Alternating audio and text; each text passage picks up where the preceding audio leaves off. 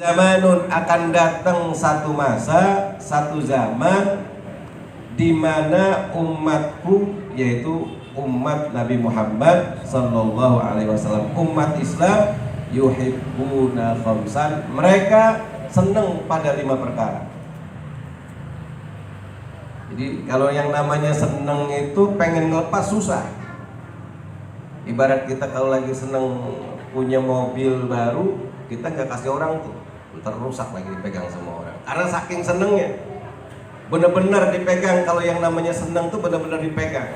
Yuhibbuna khamsan, mereka senang 5 perkara. Wa yansawna khamsan, tapi mereka lupa juga dengan 5 perkara lainnya. Apa kata Nabi? Ini Nabi ngomong 14 abad 1400 tahun yang lalu. Kata Nabi, yang pertama, yuhibbuna dunya wa yansawnal uqba. Umatku, umat Islam nanti ada masanya mereka cinta terhadap dunia, berbondong-bondong mereka mengejar dunia, wa yansawnal uqba, dan mereka melupakan tentang kehidupan akhirat. Jadi kan sebenarnya hidup itu kan harus balance. Ibarat kalau burung itu kan ada sayap kanan, ada sayap kiri. Burung itu bisa terbang kalau sayapnya itu dua-duanya berfungsi. Kalau satu dia sayapnya patah, dia nggak bisa terbang normal. Allah ngajarin begitu. Allah ngajarkan antara dunia sama akhirat harus balance. Harus seimbang. Wabtaghi fima ataqallahu darul akhirah wala tansa nasibaka minad dunya. Kejar kau dunia, kejar kau apa yang telah aku berikan untuk kehidupan akhirat, tapi kau jangan lupakan dunia.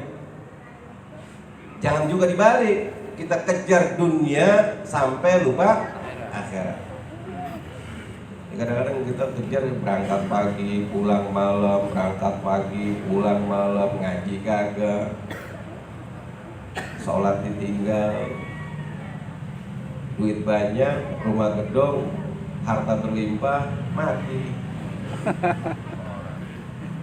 Duitnya warisannya dipakai buat 100 hari buat kawin lagi, buat pergi umroh, berondong. Nauzubillah min dzalik. Dunia itu makin dikejar makin jauh. Dunia itu makin dikejar makin jauh. Kita kejar dunia sekenceng-kencengnya, kalau emang dia kagak mau ya terus menjauh. Pencarian dunia sama akhirat itu ibarat orang nanam padi sama nanam rumput. Akhirat tuh ibarat padi, rumput tuh ibarat dunia. Kalau kita kejar akhirat, ibaratnya kita sedang menanam padi. Seorang petani ketika dia nanam padi, pasti ketika ditanam padi rumput pasti tumbuh. Pasti, padahal nggak pernah ditanam tuh rumput. Coba kalau lihat datang kalau ke kampung-kampung yang masih nanam padi itu, lihat tanam padi, pasti ada rumputnya. Tapi kalau kita nanam cuman urusan dunia, cuman nanam rumput aja, sampai budak gak bakalan nunggu padi, rumputnya aja. Dan semahal-mahalnya rumput itu tetap diinjak. Setinggi-tingginya harta kita banyak, sebanyak-banyaknya harta kita di dunia, sebesar-besarnya rumah di dunia, bakal kita tinggal. Nggak ada yang punya rumah di dunia. Nggak ada punya rumah. Ini rumah kita yang kita tinggalin sekarang, dulu rumah siapa? Rumah orang. Ya kita beli, ganti nama. Kita mati atau kita lagi butuh, kita jual sama orang lain. Orang lain jual lagi, terus jual lagi sampai akhirat tuh nggak ada. Ad-dunya daruman la darolah. Dunia itu punya rumah buat orang yang gak punya rumah. Jadi nggak ada kepemilikan abadi di dunia. Pasti ada batasnya.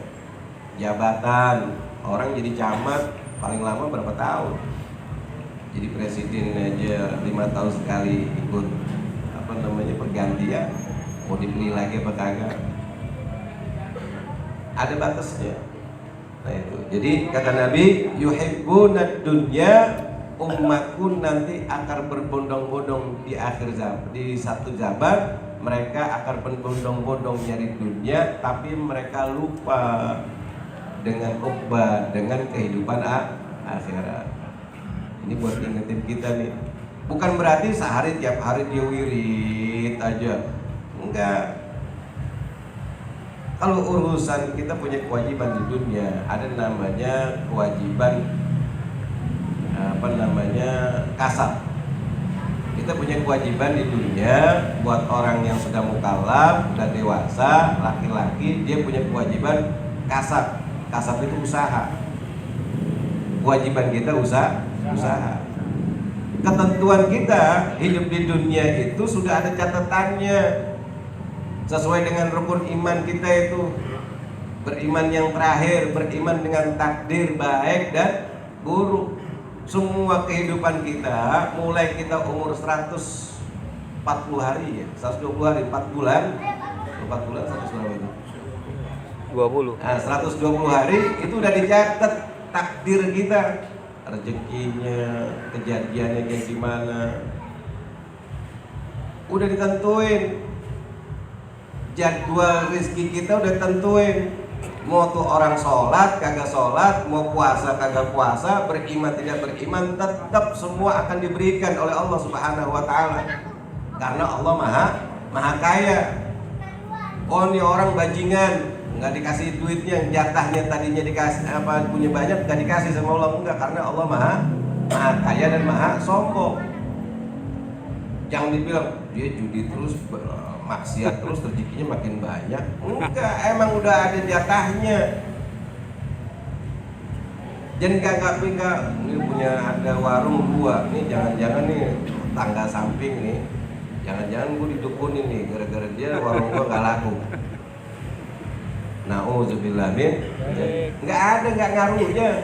Udah ada jatahnya masing-masing. Udah Allah tentukan masing-masing umurnya dengan rizkinya. Bahkan salah satu pedagang dari Pakistan punya sekitar 300 perusahaan. Dia menulis dalam satu artikel, masih hidup orang. Dia mengatakan bertahun-tahun saya mencari rezeki di dunia, ternyata salah.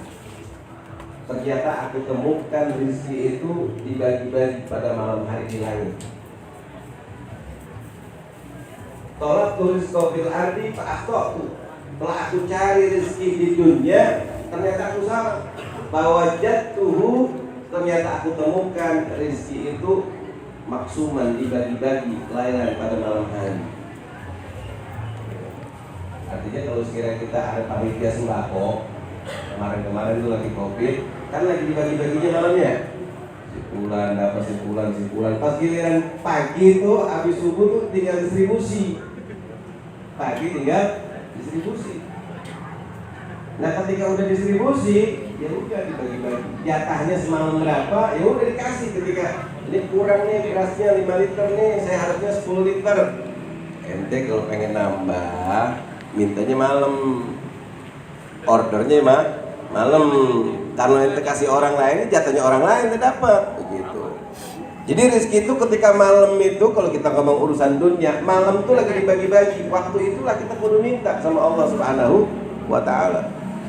Malaikat yang tukang distribusi itu kepalanya siapa? Malaikat yang tukang distribusi rezeki siapa namanya? Malaikat Mika. Pengen dapat rezeki, nama malaikatnya nggak tahu. Jadi malaikat yang distribusi, kepala malaikat yang distribusi rezeki kita pagi, siang, hari itu sampai sore, itu adalah malaikat Mikail. Nah itu tinggal distribusi. Jadi kita berangkat pagi, pulang malam, nggak bisa nambah ketetapan rezeki. Yang bisa merubah dari ketetapan rezeki hanya satu, yaitu doa. Jadi kita punya takdir itu tidak bisa